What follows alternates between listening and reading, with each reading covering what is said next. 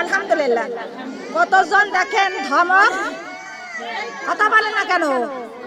হে দুনিয়ার মামুনগা, কতজন বিনা কারণে ধমক দেয়, কথা বলেন না কেন? বিনা কারণে মারপিট করে, কার শক্তি দিয়া? কথা বলেন, কার শক্তি? শক্তি দিয়েছেন কে? আমার আল্লাহ। আল্লাহ শক্তি দিয়েছে, সেই শক্তি নিয়ে কত অহংকার, কত জোর দেখাও গো। ওই শক্তি আমার আল্লাহ সেকেন্ডের মধ্যে কেড়ে নিতে পারে কিনা? দুনিয়ার মা বোন গো, কতজন বিনা কারণে মাথায় লাঠি মারে, মারে কিনা? মাথায় ভাঙা লাঠি, একটু চিন্তা করে দেখো রে মা, তোমার ডাকতেছে বারে বারে কবরের মাটি, কথা বলেন না কেন? এ দুনিয়ার মা বোন গো, আল্লাহর শক্তি নিয়ে এত বড় অহংকার। আমার আল্লাহ ক্ষণিকের মধ্যে সমস্ত শক্তি কেড়ে নিতে পারে কিনা? পায়ের শক্তি কেড়ে নিতে, হাতের শক্তি কেড়ে নিতে পারে কিনা? জবানটা বন্ধ করে দিতে পারে কিনা? চোখ দিতে অন্ধ করতে পারে কিনা? ক্ষমতাটা কার? কথা বলেন। আল্লাহর ক্ষমতা, আল্লাহ সবই পারে, কিন্তু আল্লাহ ছাড় দেয়, ছেড়ে দেয় না, কথা বলেন। আল্লাহ ছাড় দেয় কিন্তু ছেড়ে দেয় না। কেননা ফিরআউনের আল্লাহ ছাড় দিছিলেন, কোন ছেড়ে দিই নাই, দেশে জোরে বলেন। ফিরআউন খোদা হতে চাইলেন, কিন্তু তিনি তো একটা আল্লাহর সৃষ্টি বান্দা, কথা বলেন ঠিক না বে ঠিক? সে মুসা আলাইহিস সালাম, সেও আল্লাহর সৃষ্টি। কার সৃষ্টি? জোরে বলেন। সমস্ত নবী রাসূলকে আল্লাহ দুনিয়ার মধ্যে পাঠাইছেন সত্যের বাণী দিয়া। কি দিয়া? জোরে বলেন। সত্যের বাণী দিয়া। হে আমার নবী রাসূলরা, তোমরা দুনিয়ার মধ্যে চলে যাও, সত্যকে প্রচার করো। কার হুকুম? কথা বলেন। আল্লাহর হুকুম। সত্যটা প্রচার করো, একজন মানুক আর না মানুক, তোমরা প্রচার করে যাও। কতজন শোনে মানে, কতজনের রাগ, কথা বলেন না কেন? কতজনের ভালো লাগে, কতজন কোরআনের কথা ভালো লাগে না। এখনো আমাদের বাংলাদেশে এমন লোক, এমন মা বোনরা আমাদের সমাজে আছে কিনা? নামাজ কালাম ভালো লাগে না, ভালো লাগে না, ভালো লাগে গান বাজনা, কথা বলেন। হে দুনিয়ার মা বোনগা, ফিরআউন মুসা আলাইহিস সালামের মারার জন্য ষড়যন্ত্র পাকাইলো। মুসা আলাইহিস সালামের কি কোনো দোষ ছিল? কথা বলেন। কোনো দোষ নাই। আমার আল্লাহ তো মুসার পাঠাইছে সত্যের বাণী দিয়া, হিদায়াত করার জন্য। জোরে বলি সুবহানাল্লাহ। দুনিয়ার মা বোনগা, আল্লাহর আদেশ মানার দরকার আছে কিনা? মুসা আলাইহিস সালাম সত্যের বাণী যখন প্রচার করতে লাগলো, ফিরআউনের রাগ হয়, কথা বলেন না? রাগ হয়।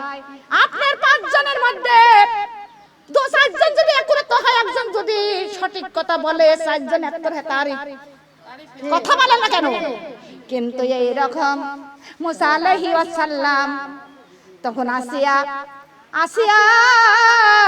কিছু সোনার মুদ্রা, কিছু টাকা পয়সা দিয়া মুসা আলাইহিস সালামকে বাড়ি থেকে বাহির করে দিলেন। বাবা, তুমি অনেক দূরে চলে যাও, তোমার বাঁচতে হবে, কথা বলেন। বাঁচতে হবে কার জন্য? এই দেশের মানুষের জন্য। কেন না এখন কেবল তুমি সত্যতা প্রচার করার টাইম হয়েছে। আর এখনই যদি তোমার হত্যা করে দেয়, তোমার যদি মারে ফেলা দেয়, কিন্তু সেটা তো আল্লাহর ক্ষতি হবে, কথা বলেন। কিন্তু আর কেন কিছু হবে না। আর আমি তোমার মা আসিয়া, আমার যদি হত্যাও করে দেয়, তাও আল্লাহর কোনো ক্ষতি নাই, কিন্তু তোমার বাঁচতে হবে। কার জন্য বাঁচতে হবে? এই দেশের জনগণের জন্য, কথা বলেন। তাই মুসা আলাইহিস সালাম রাতের অন্ধকারে কিছু সোনার মুদ্রা, কিছু টাকা পয়সা নিয়ে পথে রওনা, হাঁটতে হাঁটতে চলে গেলেন মাদায়েন সেখানে চলে গেলেন। হাঁটতে হাঁটতে শরীর ক্লান্ত হয়ে গেল। একটা মাঠে একটা বৃক্ষ, সেখানে তিনি বিশ্রাম নিতে লাগলেন। এমন সময় দেখে দুইটা মেয়ে একটা কোপের থেকে পানি তুলে তুলে ছাগলের খাওয়াইতেছে, কিন্তু কিছু ইহুদিরা তাড়া করে কিন্তু পানি খাইতে দিচ্ছে না। এই দৃশ্য দেখে মুসা আলাইহিস সালাম ওই কোপের কাছে গেলেন, যে মেয়ে দুটোকে বলতেছে, তোমরা এখানে কি করতেছো আর কিসের জন্য এসেছো? এরা তোমাদের পার কেন এমন অত্যাচার করতেছে?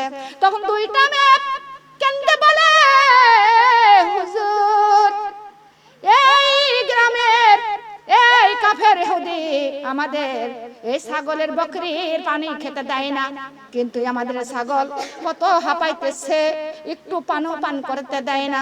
মুসা আলাইহিস সালাম কোপের থেকে বালতি ভরে পানি তুলিয়া ছাগলগুলো খাওয়াইয়া দিলেন। ছাগলগুলো নিয়ে দুইটা মেয়ে বাড়িতে চলে গেল। উনি ওই মাঠের মধ্যে বিশ্রাম নিতে লাগলেন। দুইটি মেয়ে যে বলতেছে, বাবা, ওই মাঠের মধ্যে একটা বৃক্ষর তলায় একটা লোক এসেছে, হুজুর, তার মাথায় পাগড়ি, কিন্তু একটা হুজুর টাইপের, কিন্তু সেই লোক আমাদের ছাগলগুলো পালতি ভরে পানি তুলে তুলে খাওয়াইয়া দিছে বাবা, নাইতে আমরা ছাগলের পানি খাওয়াইতে পারতাম না, কেন না ওখানে কত কাফের। হে দুনিয়ার মামুনগা, তখন আর বাবার নাম ছিল সুয়াইব। কি ছিলেন? সুয়াইব রাদিয়াল্লাহু তাআলা আনহা। সুয়াইব বলতেছে, মারে, তোমরা যে দেখো সেই লোকটা ওখানে আছে কিনা, যদি থাকে আমার কাছে ডেকে নিয়ে আসো। তখন দুইটা বোন, বড় বোনের নাম ছিল সপুরা। কি নাম ছিলেন? সপুরা। কিন্তু চলে গেল, যাইয়া দেখে লোকটা বসে আছে। যা বিস্তারিত বললেন, বলার পরে বলতেছে, আমার বাবা এখন এই মুহূর্তে আমাদের সঙ্গে যেতে বললেন। তখন মুসা আলাইহিস সালাম তখনই ওই মেয়েদের সঙ্গে তার বাবার বাড়িতে চলে গেল। বাবার বাড়িতে যাওয়ার সঙ্গে সঙ্গে সুয়াইব আলাইহিস সালাম তো তিনি মুসাকে সালাম দিলেন। সালাম দেওয়ার পর বলতেছে, হে মুসা, আমি জানতাম তুমি আমার বাড়িতে আসবে, কিন্তু আমি স্বপ্নের মধ্যে কিছু জেনে নিয়েছিলাম তুমি আমার বাড়িতে আসবে, কিন্তু তুমি এসেছো, ভালোই করেছো, কিন্তু আমার মেয়ে সপুরাকে তোমার সঙ্গে আমি শাদী দিয়ে দিব। যারা বলে সুবহানাল্লাহ। মুসা আলাইহিস সালাম বললেন, না, শাদী করা যাবে না, আমার আরো বিবি আছে। বলতেছে, তাও আমার কন্যা সপুরাকে তোমার সঙ্গে বিবাহ দিব। কিন্তু কিছুতে রাজি হলেন। রাজি হওয়ার পর তিনি বিবাহ করলেন। বিবাহ করার পর তিনি ওই বাড়িতে কিছুদিন থাকতে লাগলেন। 12 বছর কেটে গেল, ওখানে থাকলেন। থাকার পর সপুরাকে নিয়ে মুসা আলাইহিস সালাম পথে রওনা হয়ে গেল। তার শ্বশুর তার সুয়াইবের কাছে থেকে বিদায় নিয়ে পথে রওনা হলেন। কিন্তু শীতের রাত, তার কাপড় উঠে গেল। তখন একটা আগুনের প্রয়োজন। তখন আগুনের খোঁজ করতেছে, দেখতে একটা পাহাড় দেখা যায়, আর পাহাড়ের কোণে একটা আগুন চমকাচ্ছে। ওই মুসা আলাইহিস সালাম যতই আগুনের দিকে আগায়, ততই আগুন দূরে সরে যায়। জোরে বলে সুবহানাল্লাহ। এমন সময় আল্লাহর তরফ থেকে গায়েব আসলেন, মুসা রে, তুমি ওখানে দাঁড়াইয়া যাও, তোমার বগলটা উঁচু করো, হাতটা উঁচু করো। হাত উঁচু করলে দুই বগলে তার নূরের আলোকিত হয়ে গেল। দুনিয়ার মা বোন গো, আমার আল্লাহর গায়েবে বলে, মুসা রে, তোমার এখন যেতে হবে ওই মিশরে, কিন্তু ওই ফেরাউনের সঙ্গে মোকাবেলা করতে, কিন্তু ওখানে যেতে হারা যাবে না। যাবে, জোরে বলেন। আর ওই ফিরাউনের নিকটে যেতে লাগলে খালি হাতেও যাওয়া যাবে না। কিন্তু মশারের সামনে একটু তাকাও। সামনের দিকে তাকাইয়া দেখে একটা লাঠি। বলে পরবারের দিকের একটা লাঠি। বলে লাঠিটা হাতে করো। লাঠিটা হাতে করলেন। বলে ওই লাঠিটা ছুঁড়ে মারো। ছুঁড়ে মারলো, আর বড় একটা অজাগার সাপ হয়ে গেল। জোরে বলে সুবহানাল্লাহ। সাপ যখন হয়ে গেল, তখন আল্লাহর গায়েব আবার বলতেছে, মুসা, তুমি ওই সাপটাই আবার তুমি হাত দিয়ে ধরো। সাপটা হাতে ধরলো, সঙ্গে সঙ্গে আবার লাঠির পরিণত হয়ে গেল। জোরে বলে সুবহানাল্লাহ। আমার আল্লাহ বলতেছেন, মুসা রে তুমি এখন মিশরে চলে যাও ওই মুসার সঙ্গে মোকাবেলা করার জন্য। কেন নাই আমি তোমার যে লাঠিটা দিয়েছি এই লাঠিটাই হলো যথেষ্ট পরিমাণ, আর তোমার যে বগলে নূর দিয়েছি ওর নূরটাই হলো তোমার নবিয়তের প্রমাণ। জোরে বলে সুবহানাল্লাহ। নবী বলে যদি তোমার কেউ না মানে এই লাঠিটা ছুঁড়ে মারবে, এই লাঠিটাই অজাগার সাপ হবে। আবার পরনাই তুমি যখন হাতে করবে তোমার হাতের ছোঁয়া লেগে আবার ওই সাপটা হাতের মধ্যে লাঠির পরিণত হয়ে যাবে। জোরে বলে সুবহানাল্লাহ। মুসা আলাইহিস সালাম তখন বিবি সফরাকে নিয়ে মিশরে রওনা হলেন। রওনা হওয়ার পর তখনই তার সঙ্গে ফেরাউনের সঙ্গে মোকাবেলা হবে। আমার মুসা আলাইহিস সালাম বাড়িতে চলে গেল। বাড়িতে যাইয়া তখন বিবিকে রাখিয়া বলতেছে, আজকে আমি ফেরাউনকে দাওয়াত দেব। কার দাওয়াত দেবে? ফেরাউনের দাওয়াত দিতে গেলেন। কিসের দাওয়াত? দুনিয়ার মা বোন গো, ইসলামের দাওয়াত। কিসের দাওয়াত? জোরে বলেন। ইসলামের দাওয়াত। ইসলামের দাওয়াত কি সবারই পছন্দ হয়? জোরে বলেন। কতজনের কোরআন কি পছন্দ? সবাই বলে নাউজুবিল্লাহ। কোরআন ছাড়া কোনো গতি আছে কি? কোরআন ছাড়া দুনিয়ার মধ্যে শান্তি নাই, আখিরাতেও শান্তি আছে? জোরে বলেন। নাই। দুনিয়ার মা বোন গো, অনেক কথা এখানে আমি কিছু সমাপ্ত করলাম, কিন্তু মুসা আলাইহিস সালাম তখন দাওয়াত দিতে গেলেন ওই ফেরাউনের দাওয়াত দিলেন। ফেরাউন কি দাওয়াত গ্রহণ করে? জোরে বলেন। গ্রহণ করে না। মুসা বলে, আমার এক প্রভু আমার আল্লাহ, যে হলেন সারা জাহানের মালিক, সে হলেন আসমান জমিনের মালিক, সাগর মহাসাগরের মালিক, পশু পাখি তরুলতা সারা জাহানের মালিক, তার ইবাদত করতে হবে। সকলের কাছে প্রচার করতে লাগলেন। মুসার ওই ফেরাউনের কি মুসার কথা ভালো লাগে? কথা বলেন। ভালো লাগে না। তখনই ফেরাউন বলতেছে মুসাকে, আমরা আজকে শেষ করে দিব। তার যত লোকজন ছিল সমস্ত লোকজনগুলো নিয়ে আসলো, আর আমার মুসা আলাইহিস সালাম লাঠিটা ছুঁড়ে ফেললেন। সঙ্গে সঙ্গে অজাগার সাপ হয়ে গেল। সাপটা ফেরাউনের দিকে ছুটতে লাগলেন। ফেরাউন তখন জোর হাত করে বলতেছে, ও মুসা, তোমার সাপটা ধরো। কেন না আমার বাড়িতে তুমি ছিলে, কত নুনডাম খেয়েছিলে, সেই কারণে তুমি ওই সাপটা ধরো, আমাকে বাঁচাও। তখন মুসা আলাইহিস সালাম ওই সাপটা ধরলো।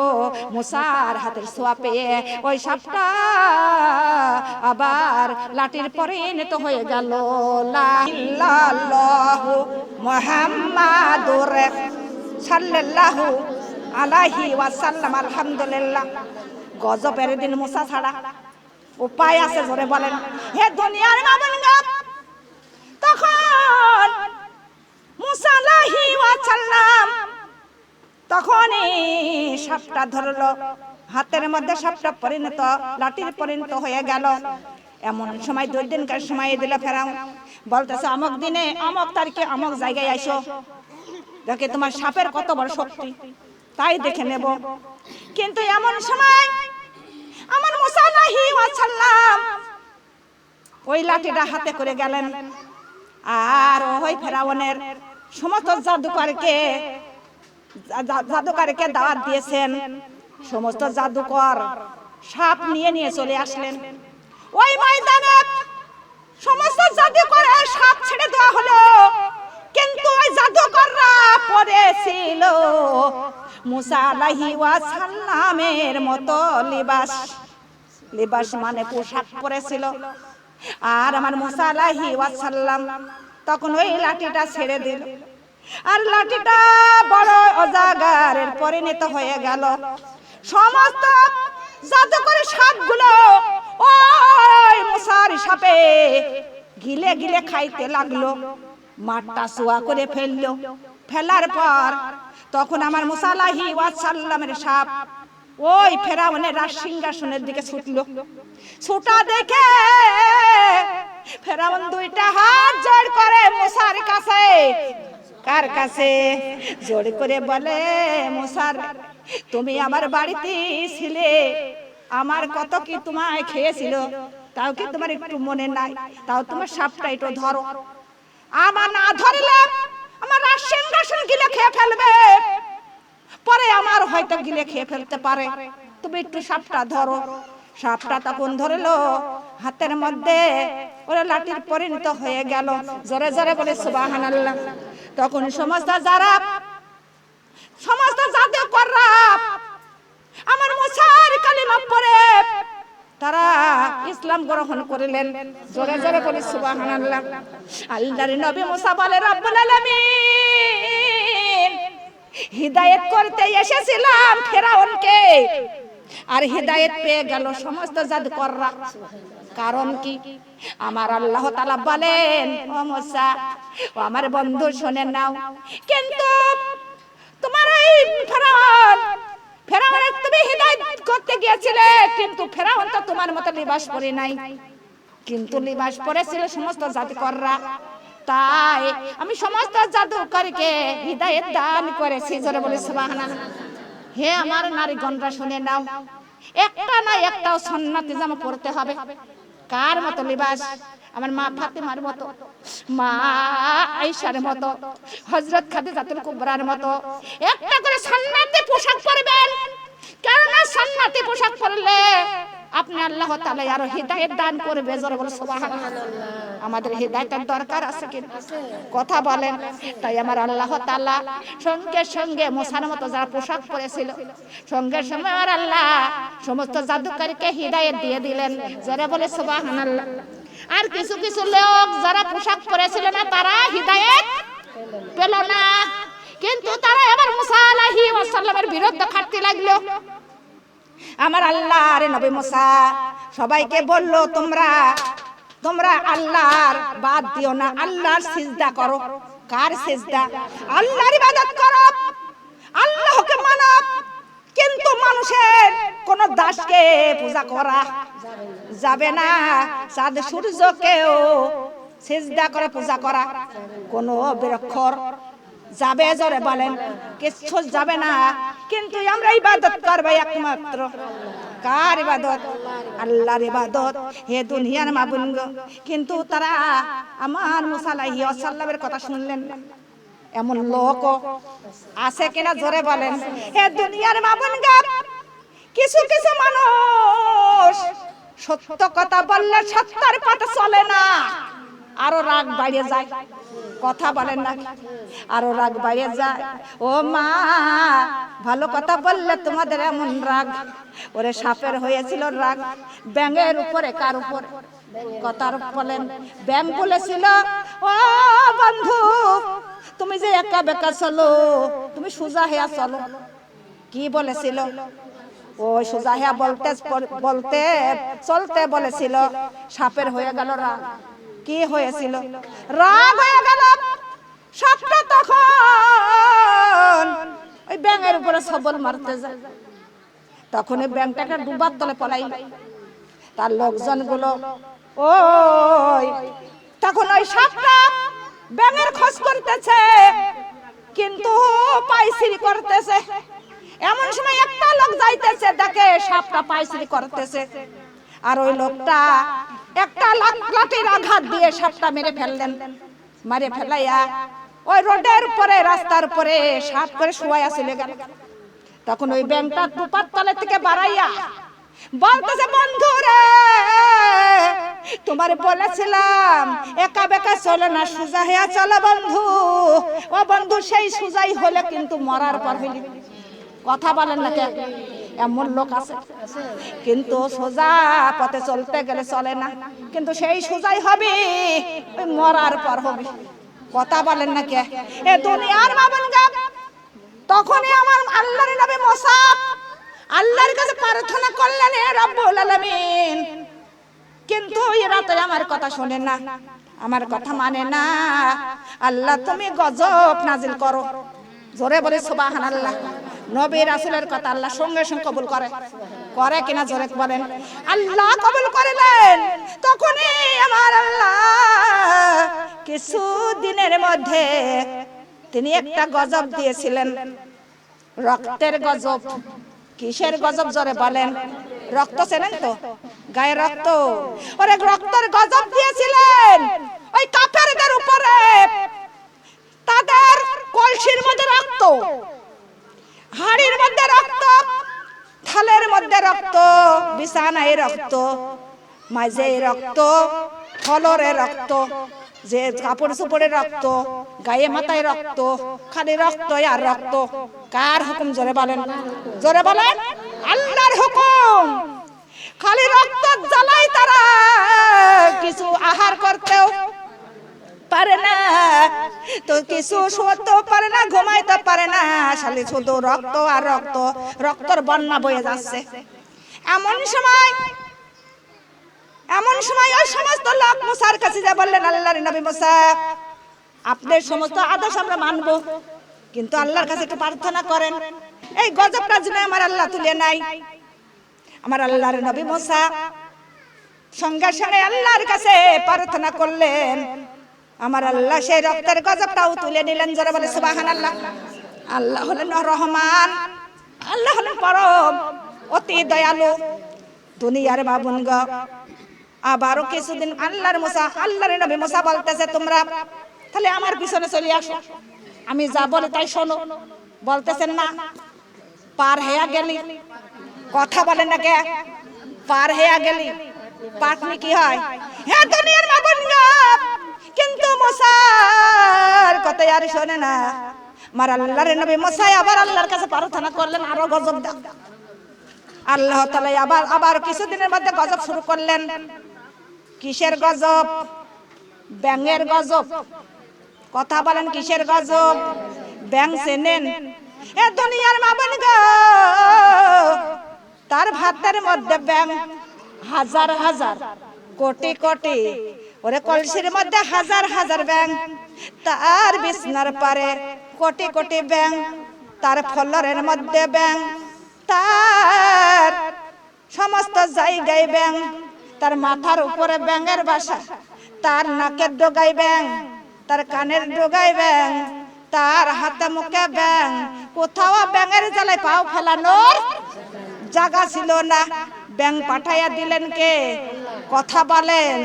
ব্যাঙ পাঠাইয়া দিলে আমার আল্লাহ, ব্যাঙের জ্বালায় তারা আর পাও ফেলাইতে পারে না। এই রকম কঠোর আযাব গজব আমার আল্লাহ দিলেন। তখনই সবাই আবার মুসার নিকটে চলে গেল, বলতেছে, আল্লাহর নবী মুসা, তুমি আল্লাহর কাছে প্রার্থনা করো, এই গজবটা যেন আল্লাহ তুলে নেয়। আমরা সবাই তোমারই কথা শুনবো, আল্লাহর ইবাদত করবো। জোরে বলে সুবহানাল্লাহ। তখন আল্লাহর নবী মুসা আল্লাহর কাছে প্রার্থনা করলেন, আমার আল্লাহ রাব্বুল আলামিন ওই ব্যাঙের গজবটাও তুলে নিলেন। আল্লাহর নবী মুসা বলতেছে, ও দেশের লোকজনরা, তোমরা এসো একত্রিত হইয়া আমরা আল্লাহর ইবাদত করি। ভালো কথা না খারাপ কথা বলে? কতজন আমরা বলতেছি ভালো, আর কতজন বলতেছে এটা মন্দ। এ দুনিয়ার বাবুনগ আল্লাহর নবী মুসার কথা আর শুনলো না। তখনই আল্লাহর নবী মুসা আবার আল্লাহর কাছে প্রার্থনা করলো। আমার আল্লাহ তৃতীয়বার আর একটা গজব দিয়েছিলেন। কিসের গজব দিয়েছিলেন? উকুনের গজব। উকুন কি চেনেন? উকুন কিসের কয়? কথা বলেন। হ্যাঁ দুনিয়ার বাবুনগ, উকুনের গজব দিয়েছিলেন আমার আল্লাহ। ওরে মাথার মধ্যে শুধু উকুন আর উকুন, মাথা খুঁড়ে খুঁড়ে উকুনি খাচ্ছে। দুনিয়ার বাবুনগ, একটা উকুন যদি মাথার মধ্যে যায়, কমিন দিয়ে বের করবো টের পাইনে। কথা বলেন। হে দুনিয়ার বাবুনগ, সেই উকুন ওরে মাথার মধ্যে লক্ষ লক্ষ কোটি কোটি, ওরে উকুন নাকের ডগায় চোখের পাপড়ির মধ্যে লক্ষ লক্ষ, সমস্ত গায়ে সমস্ত কাপড় চোপড়ে শুধু উকুন, তার কলসির মধ্যে কোটি কোটি, তার ভাতের মধ্যে কোটি কোটি, বালসির মধ্যে খেতার মধ্যে সমস্ত জায়গায় শুধু উকুন আর উকুন। উকুন পাঠাইয়া দিলেন কে? কথা বলেন, ক্ষমতাটা কার? এমন ক্ষমতা কোন বৈজ্ঞানিক? কথা বলেন, কোন ইঞ্জিনিয়ারের? ক্ষমতাটা কার? আল্লাহর ক্ষমতা। সেই আল্লাহ আছে কি আছে না? কথা বলেন, এই দুনিয়াটা ধ্বংস হয়ে যাবে মাগো, সমস্ত মানুষ মৃত্যু বরণ করবে, আমার আল্লাহ ছাড়া সবাই মৃত্যু বরণ করবে। আমার আল্লাহ সেই জাহানের বাদশাহ হয়ে থাকবে। জোরে জোরে বলে সুবহানাল্লাহ। কথা বলেন ঠিক না বেঠিক? সবাই ধ্বংস হয়ে যাবে, আমার আল্লাহ বাদশাহী করবে। জোরে বলে সুবহানাল্লাহ। সেই আল্লাহর হুকুম মানার দরকার আছে কিনা?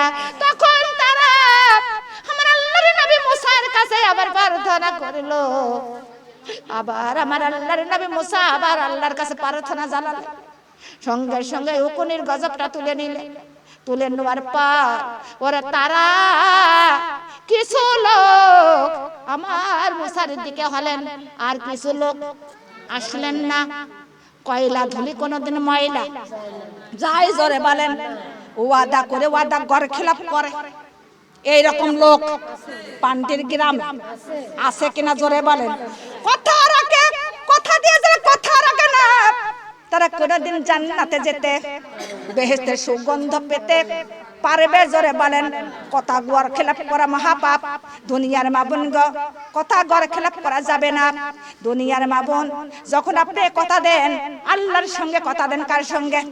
যারা বলেন এ দুনিয়ার মাবুন গো, আল্লাহর সঙ্গে যখন আমরা কথা দিয়ে এসেছিলাম আল্লাহর ইবাদত করার জন্য, সেই ওয়াদা আমরা খেলাপ করেছি।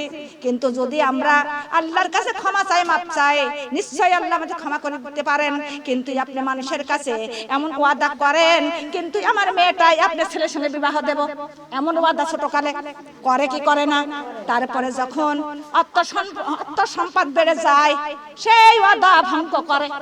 কথা বলেন না কেন? ওয়াদা ভঙ্গ করে দেয়, কিন্তু আত্মসম্পদের মালিক কে? পরীক্ষা চালাই কে? জোরে বলেন। হে দুনিয়ার মাবুন গো, তুমি তখন তোমার অর্থ ছিল না, তোমার মেয়েটাই আমাকে ছেলের সঙ্গে বিবাহ দেওয়ার জন্য তুমি প্রস্তুতি নিয়েছিলে। যখন তোমার অর্থ সম্পদ হলো, তখন তুমি কথাটা ঘর খেলাপ করে ফেললে। এমন লোক আছে কিনা? কথা বলেন। হে দুনিয়ার বাবুন গো, হে অর্থ সম্পদের মালিক কে? কথা বলেন। হে দুনিয়ার বাবুন, এমনকি গাছতলায় শুয়ে থাকে সারা রাত সারা দিন, এক মুঠো খাবার জোগাড় করতে পারে না। আমার আল্লাহ সকালবেলা উঠিয়া তাহার হাত ধরিয়া 20 তলার উপরে উঠাইতে পারে, বসায়া দিতে পারে কিনা? একটু জোরে কথা বলেন, পারে কিনা? এমনকি 20 তলার মালিকের আমার আল্লাহ সন্ধ্যা বেলায় তার গাছতলায় বসায়া দিতে পারে কিনা? তাই আমরা কার হুকুম মানব? কথা বলেন। আল্লাহর উপরে ভরসা করতে হবে। আর কথা দিয়া কথা ঘর খিলাপ করা যাবে কি? হে দুনিয়ার মাবুন গো, কিন্তু তখন মুসা আলাইহিস সালাম সঙ্গীগণ নিয়া তিনি ইসলামের কথা প্রচার করতে লাগলেন। আল্লাহ এক, লা ইলাহা ইল্লাল্লাহ, আল্লাহ হলেন এক, আল্লাহর কোনো শরীক আছে? আল্লাহর কোনো শরীক নাই। আল্লাহ কারোর পেটে জন্ম হন নাই, আল্লাহ কাউকে জন্ম দিন নাই। আল্লাহ হলেন এক। ও দুনিয়ার মাবুন গো, সেই আল্লাহ হলেন নিরাকার। আল্লাহকে দেখা যায় না, দেখা যায়? জোরে বলেন। দেখা যায়? দেখা যায় না। না দেখে না দেখিয়াই আমরা আল্লাহর ইবাদত করব। জোরে বলে সুবহানাল্লাহ। হে দুনিয়ার মাবুন গো, সেই আল্লাহর ইবাদত করতে আমরা কেউ ভুলে যাব? কথা বলেন। হে দুনিয়ার মাবুন গো, একদিন হারুন রশিদ কিন্তু একদিন ইহুদিকে নিয়ে, খ্রিস্টানকে নিয়ে বসে আছে, আলাপ আলোচনা করিতেছে। কিন্তু মুসলিম আর ইহুদিরা, খ্রিস্টানরা বলতেছে তোমার নবী মুহাম্মদ সাল্লাল্লাহু আলাইহি ওয়াসাল্লাম আল্লাহর বাড়িতে গিয়েছিলেন কোন রাস্তা দিয়ে, সেই রাস্তাটা দেখাইয়া দাও। কিন্তু মুসলমানের কাছে জিজ্ঞাসা করতেছে, কার কাছে? মুসলমানের কাছে। কিন্তু আবার আরেকটি প্রশ্ন করলে যে তোমার আল্লাহ কোথায় আছে, সেই আল্লাহকে আজকে আমাদের দেখাইয়া দিতে হবে। আবার তিন নম্বরে প্রশ্ন করতেছেন, তোমার আল্লাহ এখন কি করতেছে সেইটাও বলে দিতে হবে। 4 নম্বরে বলতেছে তোমার আল্লাহ এখন কোথায় আছে সেই কথাটা আমাকে বলে দিতে হবে। মুসলমানের কাছে প্রশ্ন করলেন, কার কাছে?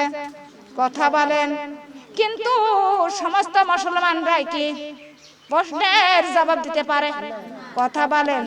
মুসলমানকে আটকায়া রাখলেন, যতবেলা প্রশ্নের জবাব দিতে পারবে না সেতবেলা মুক্ত হবে না, পাবে না। এমন সময় 14 বছরের একটা আলেম ওই রাস্তা দিয়ে যাইতেছেন, কোরআনের হাফেজ যাইতেছে।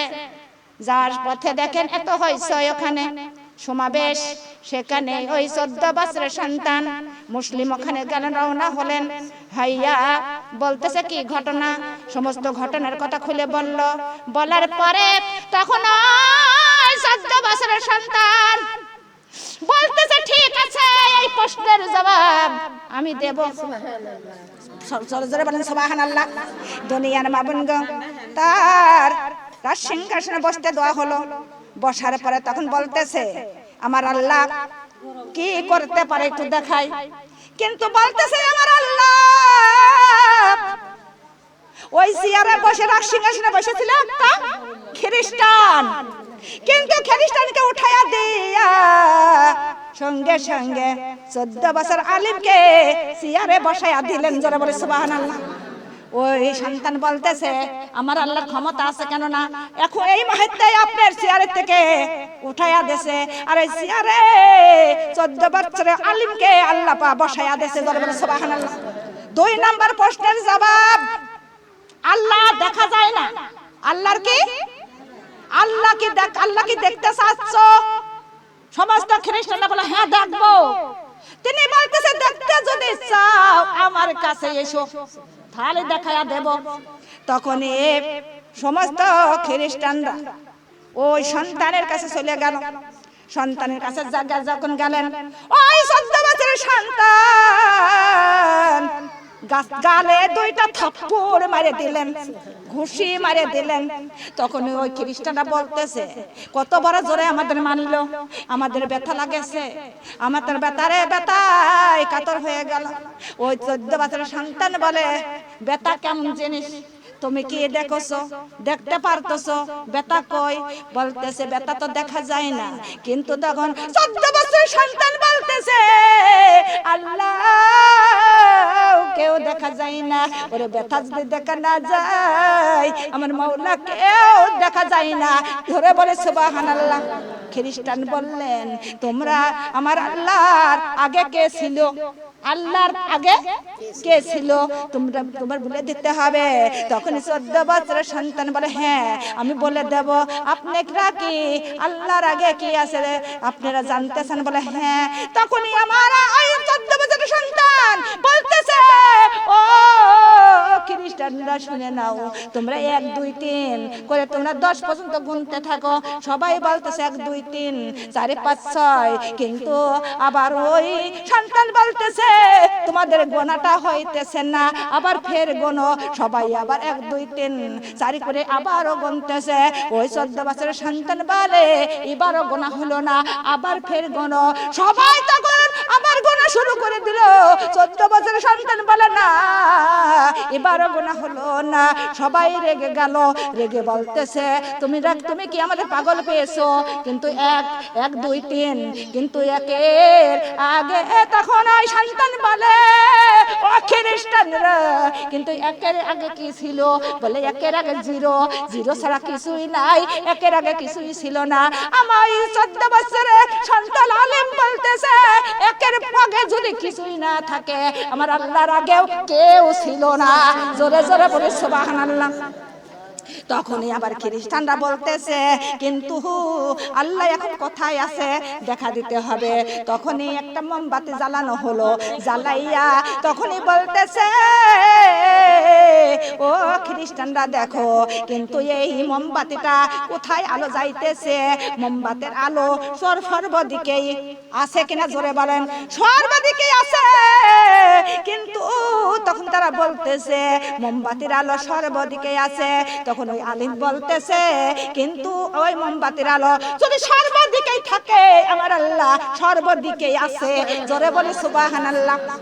4 নাম্বারের একটা প্রশ্নের জবাব তখনই বলতেছে কিন্তু আল্লাহর নবী আল্লাহর বাড়িতে কমিন্দে গেছিলেন কোন রাস্তা ধরে, সেই রাস্তাটা দেখা দিতে হবে।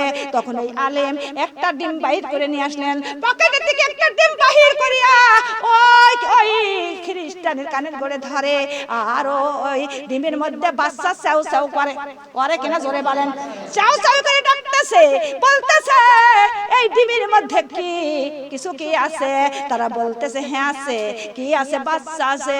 বলে কেমনে টের পাইলা? বলতেছে ওই বাচ্চা তো চাউ চাউ করে ডাকতেছে। কথা বলেন, চাউ চাউ করে ডাকতেছে, বলতে ডাকতেছে। তখন ওই আলেম বলেন না এর মধ্যে বাচ্চা নাই। বলে আছে। বলে নাই। বলে হ্যাঁ আছে, চাউ চাউ করে ডাক দিচ্ছে, আমরা শুনতে পাচ্ছি। তখনই আলেম বলতেছে ডিমটা হাতের থেকে হাতে করে নিয়ে বলতেছে এই ডিমের কোন কমিন্দে রাস্তা আছে যে ছাউ কমিন্দে ঢোকেছে? কিন্তু এই তখন বলতেছে খ্রিস্টানরা বলতেছে ওই ডিমের কোন রাস্তা লাগে না, এমনি বাচ্চা হয়ে যায়। কিন্তু আমার আল্লাহর বান্দা 14 বছরের সন্তান বলতেছে ওরে বাচ্চা ডিমের মধ্যে যাইতে রাস্তা লাগে না। আমার আল্লাহর নবীও আল্লাহর বাড়িতে গেছিলেন, কোন রাস্তা ছিল না। জোরে জোরে বলে সুবহানাল্লাহ।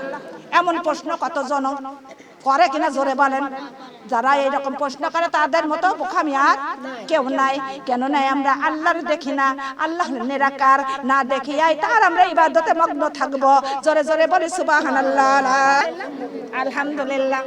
এ দুনিয়ার মামুনগা এমন সময় ওই ফিরআউনের কথা শুনে মুসার ফেরাউনের সমস্ত লোকজন নিয়ে মুসার দিকে ষড়যন্ত্র পাকাইলো। কি পাকাইলো জোরে বলেন? ষড়যন্ত্র। কেননা মুসাকে আমরা হত্যা করে ফেলবো। জোরে বলে নাউজুবিল্লাহ।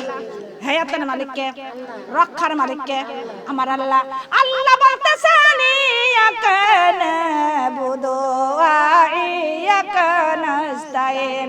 আল্লাহ বলেন বান্দারে আমার ইবাদত করো, আর কোন বিপদে পড়লে আমার কাছে সাহায্য চাও। কথা বলেন ঠিক না বে ঠিক? আমরা ইবাদত করব কার? আর বিপদে পড়লে সাহায্য চাব কার কাছে? আল্লাহ ছাড়া কেউ সাহায্য দিতে ক্ষমতা কারোর আছে? হে দুনিয়ার মাবুন গো, আল্লাহ মনের খবর জানে কিনা, রাখে কিনা?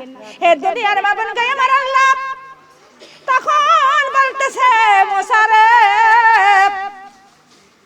হে মুসা তোমার লোকজন নিয়া তুমি নীল নদী পাড়ি দিয়া তুমি সরে যাও রাতের অন্ধকারে, নাইতে তো ফেরাউন তোমাদের হত্যা করে দিবে।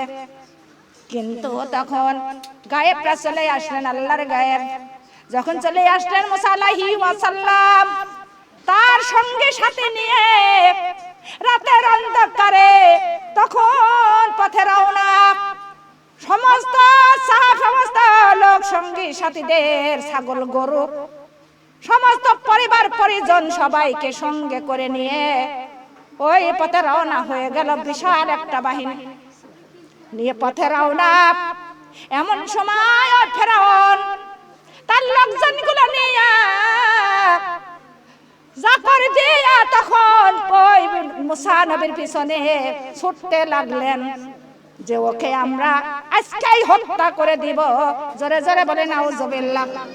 মুসা আলাইহিস সালাম তখনই নীল নদীর পারে যে বলতেছেন, আল্লাহ নীল নদীর পানি তো ভরা ভরা, কেমনে পার করব আমার সঙ্গী সাথীদের? সঙ্গে সাথীর সঙ্গে আছে গরু ছাগল হাঁস মুরগি সবকিছু সঙ্গে। আমার আল্লাহর গায়ে বাসলেন। আল্লাহ বলেন, ও মুসা, তোমার হাতে যে লাঠি আছে ওই লাঠিটা ওই পানির উপর একটা আঘাত করো। পানির উপরে আঘাত করেছিলেন আর সঙ্গে সঙ্গে নীল নদীর সাগরে 7টা রাস্তা হয়ে গেল। জোরে জোরে বলে সুবহানাল্লাহ। শুধু রাস্তা নয় গো বাপ, ওই রাস্তার মধ্যে কারেন্টের বালও জ্বলেছিল।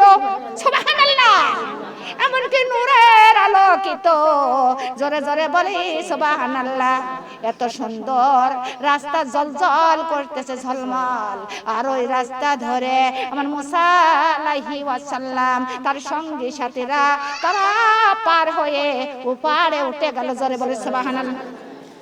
ফেরাউনের লোকজনগুলো নিয়ে একদম কাছাকাছি চলে আসতেছেন। এমন সময় ফেরাউন তার লোকজনগুলো নীল নদীর সাগরের উপরে দাঁড়িয়ে গেল। দাঁড়িয়ে বলতেছে, নীল নদীর পানি তো ভরা, পুরো পার হলো কেমনে? কিন্তু তখন দেখতে পারলেন যে 7টা রাস্তা হয়ে গেছে। 7টা রাস্তা দেখে তখন ফেরাউন বলতেছে, এই দেখো রাস্তা, এই রাস্তা দিয়ে তোমরা সবাই নেমে পড়ো। যার যার ঘোড়া নিয়ে সেই ওই রাস্তায় দিয়ে নামে পড়লো। কয়টা রাস্তা হয়েছিল? 7টা রাস্তা। ওই রাস্তা দিয়ে তারা মাঝখানে যখন নদীর মাঝখানে দাঁড়িয়ে যায়, যখন মাঝখানে যায় সঙ্গে সঙ্গে ওই দেওয়ালগুলো ভেঙে পানির পরিণত হয়ে গেল। জোরে জোরে বলে সুবহানাল্লাহ। পানি যখন পরিণত হয়ে যায়, ওই মুসা ওই ফেরাউনের সঙ্গে সাথীরা সব ডুবে ডুবে মারা গেল। কিন্তু ওই ফেরাউন হাবুডুবু খাইতেছে। হাদিস ও কোরআনের মধ্যে জানা যায় ফেরাউনের নীল নদীর পানি ছিল ফেরাউনের হাঁটু পর্যন্ত। কি পর্যন্ত? জোরে বলেন। হাঁটু পর্যন্ত পানির মধ্যে ফেরাউন হাবুডুবু খাচ্ছে। এমন সময় আল্লাহ বলো, জিবরাইল ওরে তুমি চলে যাও, ওই ফেরাউনের গালের মধ্যে একটু পচা কাদা খুশিয়ে দাও। জোরে বলে সুবহানাল্লাহ।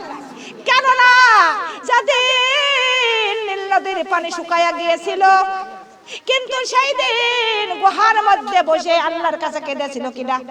ফেরাউন কেঁদেছিল, আল্লাহ তুমি আমার নীল নদীর পানি পরিবাহিত করে দাও। আমি দুনিয়ার সুখ চাই, আখিরাতের সুখ চাই না। জোরে বলে নাউজুবিল্লাহ। দুনিয়ার ইজ্জতকে আমার বাঁচাও। তাই আমার আল্লাহ ওই নীল নদীর পানি পরিবাহিত করে দিছিলেন। আর সেই সময় জিবরাইল আমিন খাতা কলম নিয়ে দাঁড়ায় ছিল।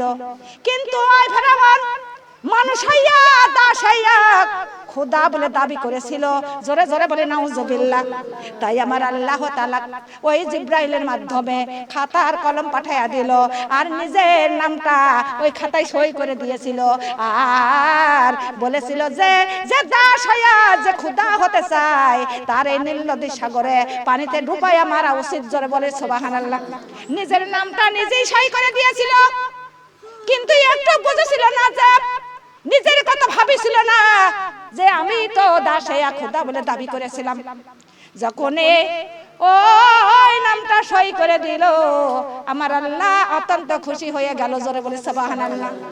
ও দুনিয়ার মাবনগা, নীল নদীর পানিতে হাবুডুবু খাইয়া যখন মৃত্যুবরণ করলেন, আমার আল্লাহ ঘোষণা করে দিল, হে নীল নদীর পানি, হে সাগরের পানি, কিন্তু এই ফেরাউনকে তোমরা গ্যারেজ করো না, কোন মাটি গ্যারেজ করো না, কোন মাছ খাইও না, কোন পানি তোমরা জম্বেশ করিও না। এই ফেরাউনের লাশটা থাকবে কিয়ামত পর্যন্ত। কোন পর্যন্ত? কার কথা? কথা বলেন। ফেরাউনের লাশ মাটিতেও গ্রহণ করি নাই, পানিতেও গ্রহণ করল না। ফেরাউনের লাশ কোন মাছেও, কোন জীব জন্তুও খায় নাই, কিন্তু সেই ফিরাউনের লাশটা এখন কোথায় আছে? মিশরে জাদুঘরে মমি করে রাখা হয়েছে। জোরে জোরে বলি নাউজুবিল্লাহ বলতে হয়, কেননা ওর কি ভালো মানুষ? কথা বলেন। তাই আল্লাহ ছেড়ে দেয় না। কথা বলেন না। এমন ফেরাউনের লোক, ফেরাউনের মতো লোক আছে কিনা পৃথিবীর মধ্যে? কথা বলেন।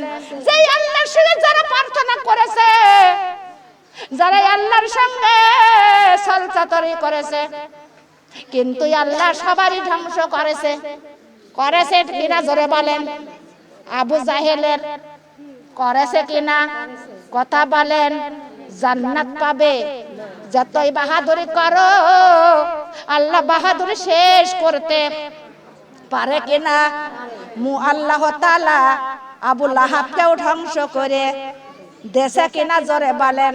হে দুনিয়ার মাবনগাব, সবাইকে আল্লাহ ধ্বংস করে দিতে পারে।